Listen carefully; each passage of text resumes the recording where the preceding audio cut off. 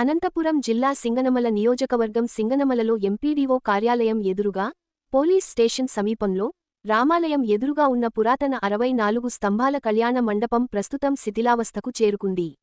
చారిత్రక ప్రాధాన్యం కలిగిన ఈ మండపం కాలక్రమేణా దెబ్బతిని ప్రమాదకర పరిస్థితుల్లో ఉందని స్థానికులు ఆందోళన వ్యక్తం చేస్తున్నారు.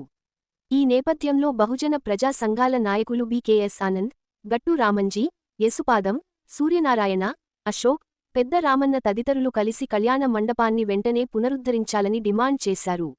మండపానికి నీటుగా పెయింటింగ్ చేయడం, కింద భాగంలో గ్రానైట్ పరచడం, చుట్టూ స్టీల్ వాల్ ఏర్పాటు చేయడం వంటి పనులు అత్యవసరమని వారు తెలిపారు. అధికారులు, ప్రజాప్రతినిధులు స్పందించని పక్షంలో బహుజన ప్రజా సంఘాలుగా సింగనమల నియోజకవర్గంలో భిక్షాటన చేపట్టి వచ్చిన నిధులతో తామే పునరుద్ధరణ చేపడతామని వారు హెచ్చరించారు.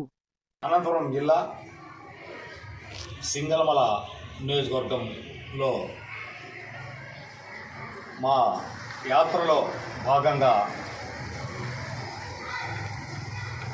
సింగనమల నియోజకవర్గం రావడం జరిగింది. అదేవిధంగా అక్కడ ఉన్నటువంటి పురాతనమైన కట్టడాలను మేము పరిశీలించడం జరిగింది.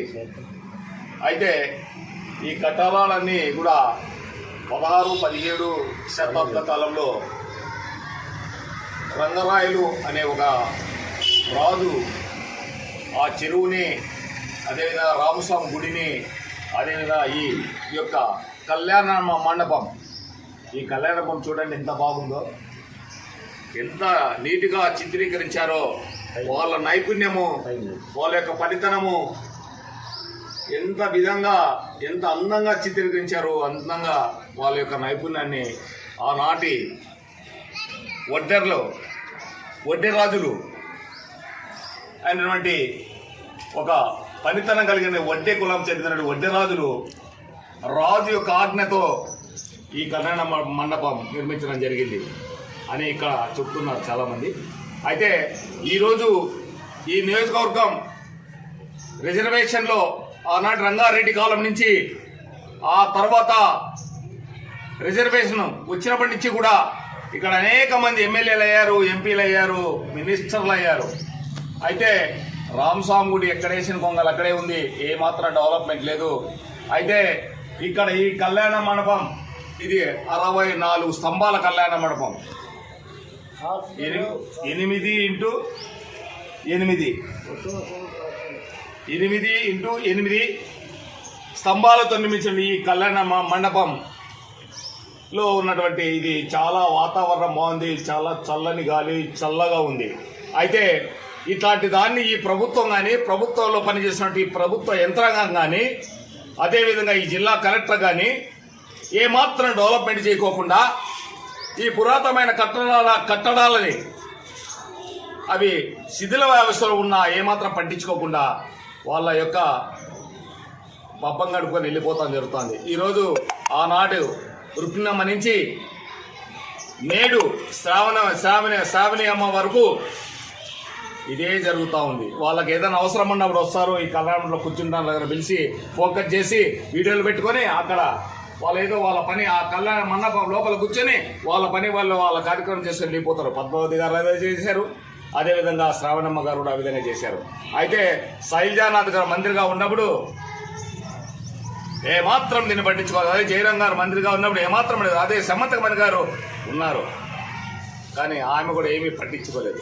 కాబట్టి ఇది వెంటనే స్పందించి ఇక్కడ దీన్ని నీట్గా ప్రభుత్వంతో మాట్లాడి ప్రభుత్వ యంత్రంతో నిధులు తీసుకొచ్చి ఇక్కడ ఎంపీడీఓ గారు, తహసీల్దార్ గారు దీన్ని క్షుణ్ణంగా పరిశీలించి ప్రాంతాన్ని పరిశీలించి చాలా బాధాకరంగా ఉంటుంది.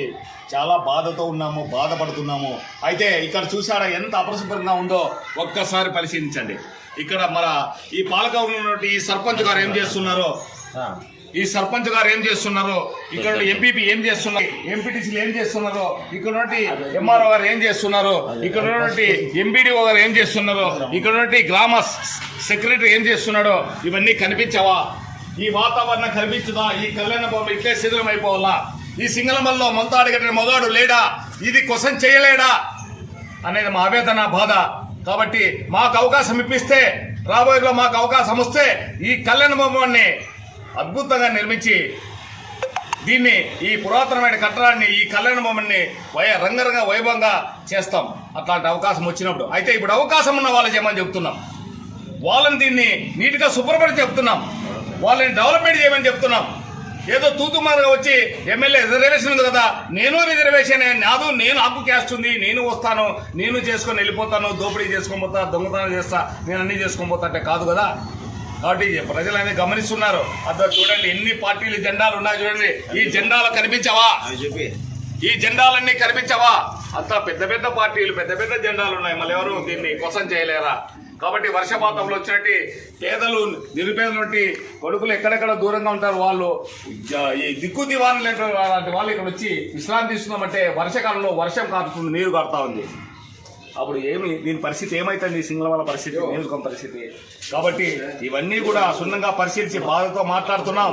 ఇప్పుడున్న అధికారంలో ఉన్నటువంటి వాళ్ళు దీన్ని సర్పంచ్ అయితేనేమి, ఎంపీడీ అయితే, ఎంపీ అయితేనేమి, అదేవిధంగా ఎమ్మెల్యే అయితేనేమి, మినిస్టర్ అయితేనేమి, జిల్లా మినిస్టర్ అయితే, కలెక్టర్ గారు అయితే వెంటనే స్పందించి ఈ యొక్క కళ్యాణ మండపాన్ని నీట్గా శుభ్రపరిచి నీట్గా దీన్ని తయారు చేయవలసిందిగా మనం చేస్తున్నాం. అట్లు తయారు చేయకపోతే మేము దీన్ని భిక్షాటన చేసి ఈ మండలంలో నియోజకవర్గంలో తిరిగి భిక్షాటన చేసైనా దీన్ని అందంగా చిత్రీకరించేకి మేము కొంతమంది బ్యాచ్ తయారై మేము పూనుకున్నాం. కాబట్టి దయచేసి చెప్తున్నాం, మీరు ఆ కల్లిపుల్లి మాటలు మాట్లాడి శైలజానాథ్ అయితేనేమి, సమంతక మంది అయితేనేమి, అదేవిధంగా శ్రావణి గారు అయితేనేమి, అదేవిధంగా పద్మావతి అయితేనేమి, వీళ్ళందరూ కూడా రిజర్వేషన్ ఇచ్చారు, రిజర్వేషన్ తినారు. రిజర్వేషన్లో ఉన్న కాన్స్టిట్యూన్సీని డెవలప్ చేయలేదు మీరు. ఆ బస్ స్టాండ్ చూస్తే ఘోరాది ఘోరంగా ఉంది, ఇంతమంది ఎమ్మెల్యే కానీ దాన్ని పట్టించుకోరు. ఆ రామాలయం చూస్తే ఘోరాది ఘోరంగా తయారవుతా ఉంది, దాన్ని పట్టించుకోరు. మరి ఏంటికి మీకు పదవులు అనేది మా భావన.